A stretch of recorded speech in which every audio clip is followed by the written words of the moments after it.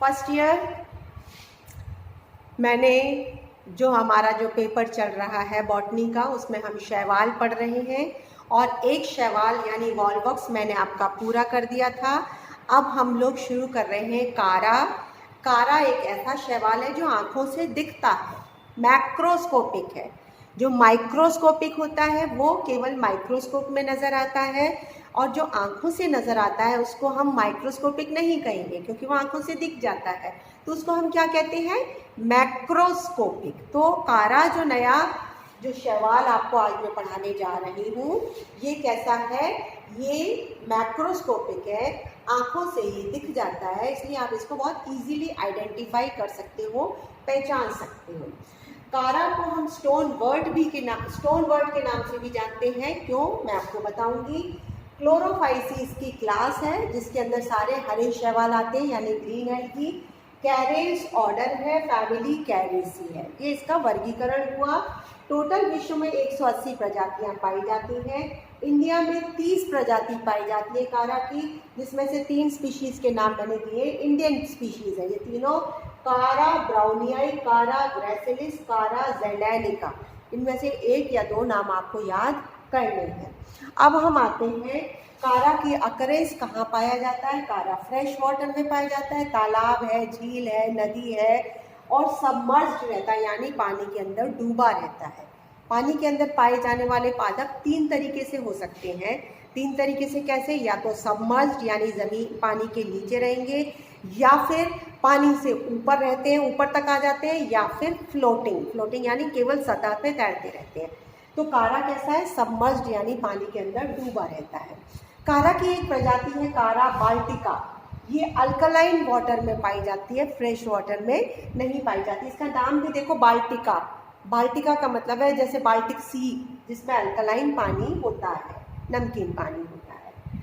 कारा फ्रेजिलिस hot springs में पाई जाती है, जहाँ पे गर्म पानी के स्रोते होते हैं, गर्म पानी के झरने निकलते रहते हैं, स्रोत निकलते रहते हैं कई बार पहाड़ों में, तो वो हॉट स्प्रिंग्स होते हैं, उसके अंदर जो प्रजाति पाई जाती है कारा की वो है कारा फ्रेजिलिस। ओके, कारा का जो प्लांट है पूरा का पूरा, उसके ऊपर कैल्शियम और मैग्नीशियम कार्बोनेट के क्रिस्टल्स डिपॉजिटेड रहते हैं, यानी उसके ऊपर सतह पर चिपके रहते हैं। कौन, कैल्शियम मैग्नीशियम कार्बोनेट के क्रिस्टल्स, जिसकी वजह से कारा का जो सरफेस है, सतह है, वो रफ हो जाती है और ब्रिटल हो जाती है। ब्रिटल का मतलब है जैसे हम लकड़ी यूँ करके तोड़ देते हैं, वैसे कारा की डंडी अगर यूँ करेंगे तो वो सॉफ्ट नहीं है, ब्रिटल हो गई है, वो 2 टुकड़ों में टूट जाती है।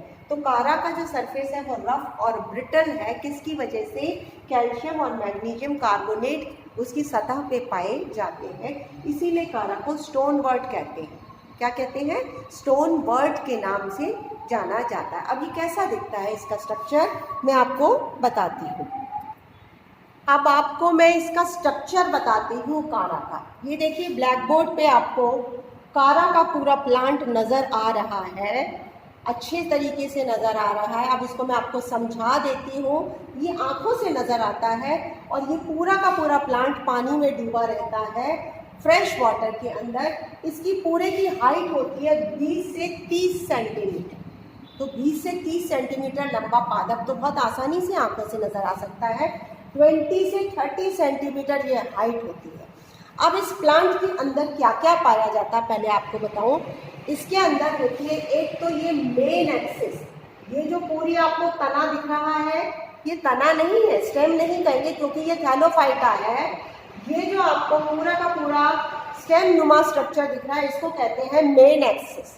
मेन एक्सिस नीचे ये राइजॉइड्स हैं जो जड़ों का काम करते हैं। ये जो राइजॉइड्स हैं, ये राइजॉइड्स जड़ का काम करते हैं, यानी इस पूरे कारा के पादप को जमीन के अंदर बिल्कुल फिक्स कर देते हैं, जड़ों की तरह जमीन के अंदर, यानी पानी के नीचे जो जमीन है फिक्स कर देते हैं। इसके अलावा जो न्यूट्रिएंट्स और पानी का एब्जॉर्प्शन होता है, वो एब्जॉर्प्शन का भी काम ये राइजॉइड्स करते हैं। सबसे पहले तो क्या 2 पार्ट क्या हो गए, एक तो हो गई मेन एक्सिस जो जमीन से ऊपर है, और जमीन के नीचे पानी में जो जमीन के नीचे है वो क्या है, राइजॉइड्स। अब आप देखिए ये राइजॉइड्स कैसे होते हैं, ये पतले धागे नुमा वाइट कलर की संरचनाएं होती हैं, और पतली इतनी कि एक ही कोशिका की लंबाई होती है। जो लंबाई है एक कोशिका की मोटाई होती है, यानी एक के नीचे कोशिका लगी है, तो मल्टी सेलुलर है, बहुकोशिकी है, लेकिन मोटाई में केवल एक कोशिका है। एक कोशिका के जैसे ये एक राइजोइड का स्ट्रैंड है, तो इसमें ये एक कोशिका हो गई, फिर उसके नीचे एक हो गई, फिर तीसरी हो गई, इसके पीछे नहीं होगी, इसके साइड में नहीं होगी, यानी मोटाई में केवल एक कोशिका है। तो इसको यूनिसीरिएट कंडीशन कहते हैं। क्या बोलते हैं? यूनिसीरिएट, जब मोटाई में केवल एक ही कोशिका है, लंबाई में बहुत सारी कोशिका है। ये राइजोइड्स व्हाइट कलर के पतले थ्रेड जैसे यूनिसीरिएट और ब्रांच्ड स्ट्रक्चर होते हैं। कैसे होते हैं? ब्रांच। जब ये वाली कोशिका के नीचे दूसरी कोशिका आएगी तो बीच की जो दोनों कोशिका के बीच की जो भित्ति है वो ऑब्लिक हो जाती है, टेढ़ी है। समझ गए? तो सेप्टा इसके अंदर टेढ़े पाए जाते हैं, ऑब्लिक, ऑब्लिक सेप्टा। सेप्टा का मतलब दो कोशिकाओं के बीच के जो दोनों के बीच की जो भित्ति है, ये कोशिका और ये कोशिका के बीच की, वो कैसी है? टेढ़ी है, ऑब्लिक है। तो राइजोइड्स की जो कोशिकाओं के बीच में क्या पाया जाता है? Oblique septa. अब आते हैं हम मेन एक्सिस पे।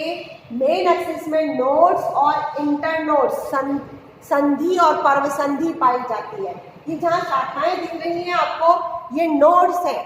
ये क्या एरिया है? नोड्स। और जहाँ पे शाखाएं नहीं है उसको क्या बोलते हैं?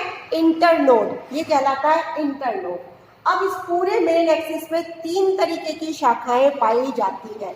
हम स्ट्रक्चर समझ रहे हैं तो 3 तरीके की जो शाखाएं हैं, number 1 branch of unlimited growth, असीमित वृद्धि की शाखा।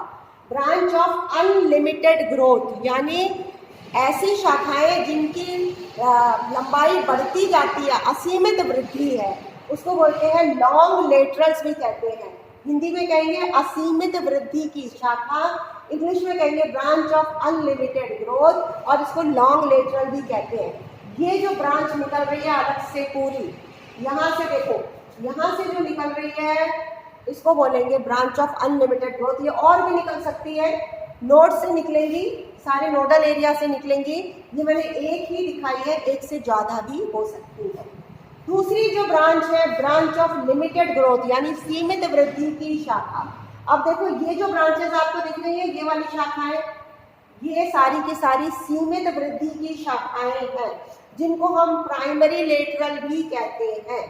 इनको हम प्राइमरी लेटरल भी कहते हैं, और ये नोड्स पे पाई जाती है, मेन एक्सिस के नोड्स पे भी और असीमित वृद्धि की शाखा के नोड्स पर भी पाई जाती है। ये प्राइमरी लेटरल यानी असीमित वृद्धि की शाखा पे सीमित वृद्धि की शाखा भी पाई जाती है। कहाँ पे? नोड्स पे।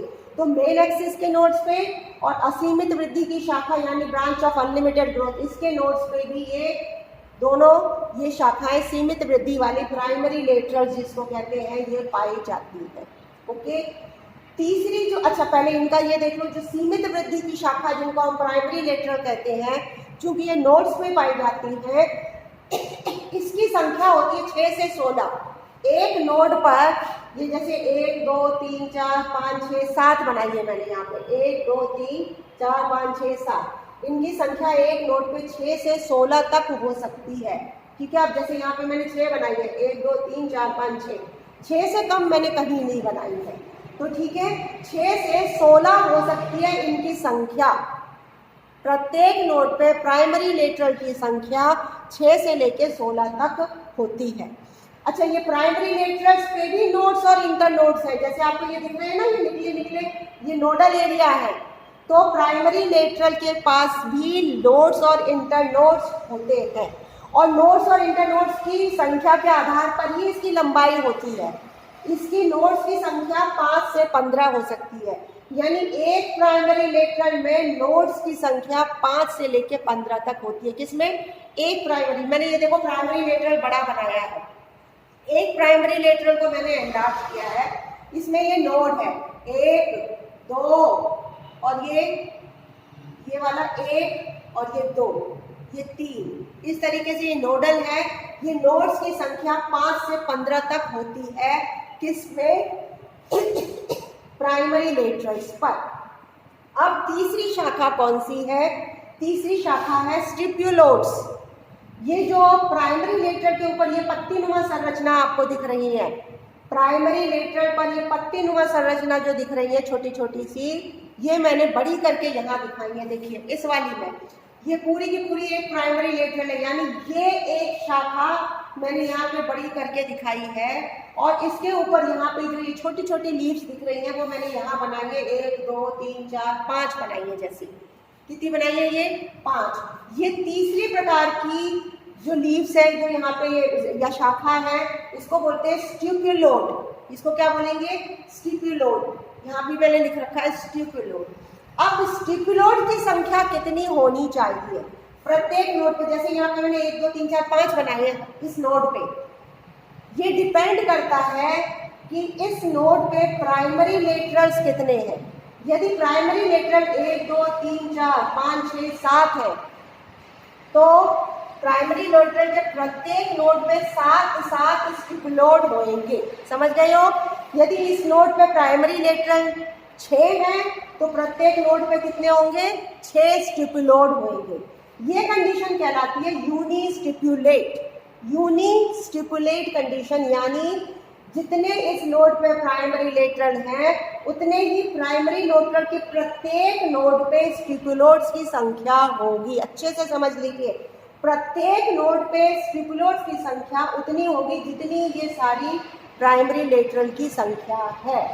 ये कंडीशन अगर बराबर कंडीशन है, जैसे 6 है तो 6 स्टिपुलोड यहाँ, 6 यहाँ, 6 यहाँ, 6 यहाँ, 6 यहाँ, तो ये कंडीशन कहलाती है यूनिस्टिपुलेट कंडीशन। कई बार कुछ प्रजातियां ऐसी हैं जिसमें स्टिपुलोड की संख्या डबल हो जाती है, यानी अगर यहाँ पे 6 प्राइमरी लेटरल हैं तो स्टिपुलोड्स कितने हो जाएंगे? 12 हो जाएंगे। यानी जैसे यहाँ पे मैंने 5 दिखाई है तो कितने हो जाएंगे? 10 हो जाएंगे। नीचे की तरफ भी 5 हो जाएंगे। इस कंडीशन को कहते हैं बाइस्टिपुलेट। ये कंडीशन कहलाती है बाइस्टिपुलेट कंडीशन। और जब यूनिस्टिपुलेट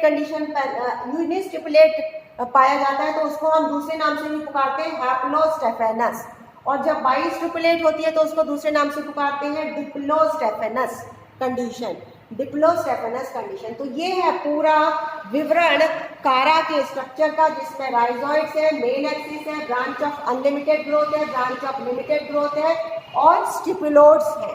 समझ गए आप लोग? ये कंप्लीट स्ट्रक्चर है। प्राइमरी लेटरल को मैंने बड़ा करके दिखाया हुआ है। इसको मैंने बड़ा इसलिए किया है क्योंकि आपको इसमें नोड, ये जो नोड एरिया है ये 2 तरीके के फिलामेंट से बनता है, कोशिकाओं से। ये जो कोशिकाएं जो ऐसे आ रही है, ऐसे ऊपर को जा रही है, इसको बोलते हैं असेंडिंग कॉर्टिकल फिलामेंट्स। और ये जो नीचे को आ रही है इसको बोलते हैं डिसेंडिंग कॉर्टिकल फिलामेंट। एक नोड के ऊपर की तरफ तो ऊपर को चढ़ रही है, नोड के इधर से ये नीचे को उतर रही है, तो असेंडिंग और डिसेंडिंग कॉर्टिकल फिलामेंट कहते हैं। नोड एरिया पे जहाँ पे स्टिपुलोड मौजूद है वहाँ पे सेक्स ऑर्गन्स पाए जाते हैं जो जनन में मदद करते हैं। रिप्रोडक्टिव स्ट्रक्चर्स, ये देखिए, ये जो ऊपर का पार्ट है ये फीमेल मादा रिप्रोडक्टिव स्ट्रक्चर है, जनन अंग है।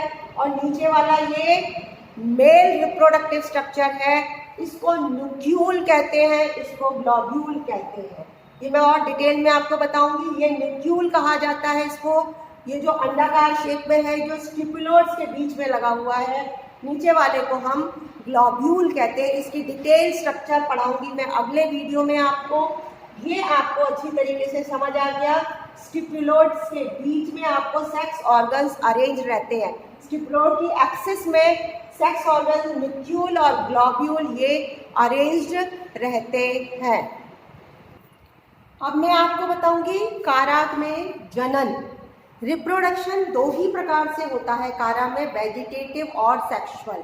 कायिक जनन और लैंगिक जनन। अलैंगिक जनन नहीं है। हम आज पढ़ते हैं इसमें कायिक जनन, वेजिटेटिव रिप्रोडक्शन। ये 4 प्रकार से होता है। अमाइलम स्टार्च, रूट बल्बिस, अमॉर्फस बल्बिस और सेकेंडरी प्रोटोनीमा। अमाइलम स्टार्च किसे कहते हैं? ये अलग अलग प्रजातियों में अलग अलग तरीके से वेजिटेटिव रिप्रोडक्शन होता है कारा में। ठीक है। कारा की एक प्रजाति है स्टेलीजेरा। स्टेलीजेरा में जो नोडल सेल्स हैं, नोड की जो कोशिकाएं हैं, वो भी कौन से नोड की? मेन एक्सिस में जो बेसल नोड है, सबसे नीचे का जो नोड है, उसकी कोशिकाओं में ये स्टार की आकृति की संरचनाएं बन जाती हैं। ये स्टार शेप ये स्टार शेप्ड आकृति बन जाती है जिसके अंदर अमाइलम स्टार्च भरा रहता है। ये स्टार की आकृति जो बन गई, इसमें क्या भरा है? अमाइलम स्टार्च। स्टार्च का नाम है, अलग अलग किस्म के स्टार्च होते हैं स्ट्रक्चर के आधार पे। अमाइलम स्टार्च, इसलिए इसको अमाइलम स्टार्स कहते हैं। ये जो आकृति है इसमें स्टार्च भरा है अमाइलम, तो इसको क्या बोलेंगे? अमाइलम स्टार्स। ये जब इस बेसल नोड से टूट के गिर जाते हैं तो नया पादप बना देते हैं कारा का पूरा। तो अमाइलम स्टार्च से कायिक जनन होता है कारा में। दूसरा है रूट बल्बिल। कारा एस्परा के राइजोइड्स में क्या होता है? ये अंडाकार या गोल आकृतियां बन जाती हैं राइजोइड्स में। किसमें? कारा एस्परा प्रजाति है, कारा एस्परा। इसके राइजोइड्स में ओवल या स्फेरिकल ये संरचनाएं बनती है, इसको रूट बल्बिल कहते हैं। ये टूट करके नया पादप बनाती है। तीसरा है अमॉर्फस बल्बिल्स। ये कारा डेलिकैटुला में पाया जाता है, कारा डेलिकैटुला। इसके अंदर जो लोअर नोड्स है, मेन एक्सिस के लोअर नोड्स पे ये कुछ अलग अलग तरीके की ये संरचनाएं बन जाती हैं जिसकी कोई शेप फिक्स नहीं होती है। इसको बोलते हैं अमॉर्फस बल्बिल, और ये भी टूट करके नया प्लांट बनाती है। सेकेंडरी प्रोटोनीमा, कुछ पादपों में क्या होता है? कारा के जो राइजोइड है, राइजोइड के नीचे से कुछ अलग से शाखा निकल आती है जिसको सेकेंडरी प्रोटोनीमा कहते हैं। ये टूट करके नया पादप बनाती है। तो आप ये सारा का सारा ड्रॉ कर लीजिए। मैं आपको ये पॉज करके वीडियो को आप पूरा ड्रॉ कर सकते हैं, सेम का सेम एग्जैक्टली। और यहाँ आपका ये कारा का जनरल स्ट्रक्चर और वेजिटेटिव रिप्रोडक्शन पूरा होता है। अब मैं आपको नेक्स्ट वीडियो में इसका लैंगिक जनन, सेक्सुअल रिप्रोडक्शन बताऊंगी। Okay, thank you very much.